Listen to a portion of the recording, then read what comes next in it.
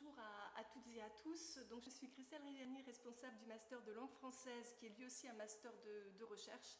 Donc, comme mes collègues l'ont rappelé, c'est un master où l'essentiel de votre travail, c'est le mémoire que vous allez rédiger en M1 comme en M2, sur lequel vous avez des détails pratiques, par exemple le nombre de pages attendues dans les brochures que vous trouverez, que vous avez peut-être déjà trouvées en ligne.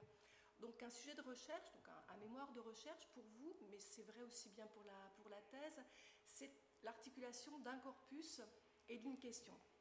Alors ces questions, pour la langue française, en fait, elles relèvent de plusieurs champs, c'est-à-dire que ce master est accueillant, il est ouvert du point de vue intellectuel, et les questions sur lesquelles vous allez pouvoir travailler, elles se distribuent, disons, en deux grands champs ou deux grands versants, l'un diachronique, c'est-à-dire qui prend en compte l'histoire, l'autre synchronique. Alors d'un côté, vous pouvez travailler en stylistique, en poétique, en rhétorique, en analyse du discours, en sémiotique, vous pouvez travailler en métrique aussi.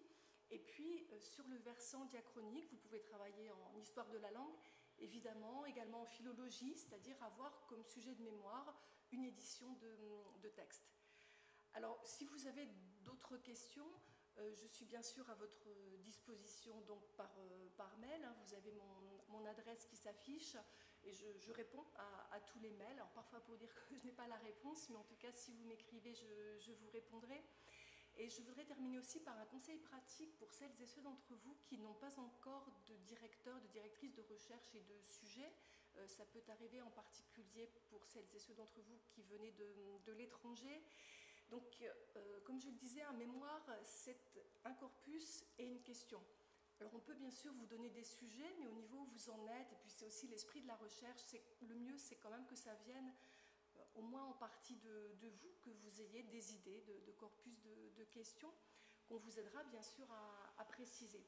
Et pour ce faire, il faut que vous consultiez la liste des directeurs et directrices de recherche potentiels qui est disponible en ligne et que vous leur écriviez en fonction des idées que vous avez en tête. C'est tout à fait inutile d'envoyer un seul message collectif à tout le monde. Il est très vraisemblable que personne ne vous réponde. Voilà, donc je vous souhaite moi aussi une très bonne année de master. Merci de votre attention.